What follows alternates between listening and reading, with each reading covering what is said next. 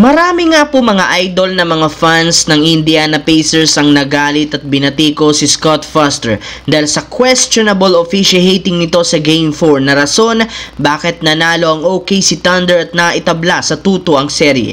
Dahil nga sa kanya back to square one ang NBA Finals at magiging best of 3 na lamang ito kung saan tuluyan ang bumalik sa OKC ang home court advantage. Pero kung si Shai Gilgeous-Alexander ang tatanungin, mas gusto nga niya si Scott Foster pa rin ang mag-officiate sa Game 5 dahil mas fair nga daw ang tawagan. Sa ngayon, hindi pa rin naman inilalabas ng NBA kung sino-sino ang magiging referee sa Game 5 na gaganapin sa OKC. At kung mapipili na naman dito si Scott Foster, posibleng tuluyang magreklamo ang Indiana sa mismong NBA since isa ito sa mga rason ng pagkatalo nila sa Game 4 at posibleng maulit na naman ito sa Game 5 na siyang literal magpapabagsak sa kanila sa NBA Finals. Samantala, kagaya nga po ng napag-usapan natin, number 1 priority ng Lakers pagkuha ng available na big man sa market, hindi pa rin naman sinasarado ni Rob Pelinka. Posibleng gumawa sila ng isang malaking trade. Ibinulgar nga ng isang insider,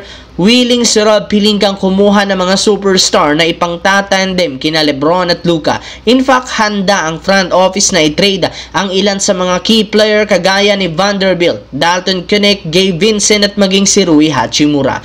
Bukod sa kanila, lahat pwedeng i-trade maliban kina Luka at Lebron basta't makakuha sila ng isang superstar para maging isang contender. At mismong si Shams Charania na ng ESPN na nagsabi sa mga superstar na nakadikit sa Lakers ngayon, walang iba kundi ang former Warrior na si Andrew Wiggins na pinag-iisipan ng i-trade muli ng Miami Heat matapos ang hindi magandang performance. Dahil sa malamyang performance nito, bagsak nga ang kanyang trade value na maaaring samantalahin ng Lakers para makuha ito sa mas mababang halaga.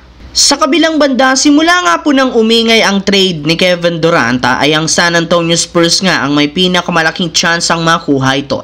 Meron rin naman silang sapat na player at future draft pick na siguradong hindi tatanggihan ng Phoenix Suns. Ngunit kung akala nyo magiging madali ang paggawa nito, diyan nga kayo nagkakamali. Base sa source, mahihirapan nga talaga at nahihirapang magkasundo ang parehong San Antonio at Phoenix Suns sa negosasyon. In fact, mismo ang San Antonio Spurs na ang umayaw sa ino-offer na proposal ng Phoenix Suns dahil gusto nga dito ng Suns na makuha sina Devin Vassell, Jeremy Sohan, 2 future first round pick at higit sa lahat ang second overall pick ngayong taon, which is rason kaya tumanggi na ang San Antonio. Pero hindi rin naman ibig sabihin nito na hindi matutuloy ang trade dahil sisikapin ng Spurs at Suns na magkausap at magkaroon ng negosasyon sa mga susunod na araw hanggang sa magkasundo sa isang off-season trade.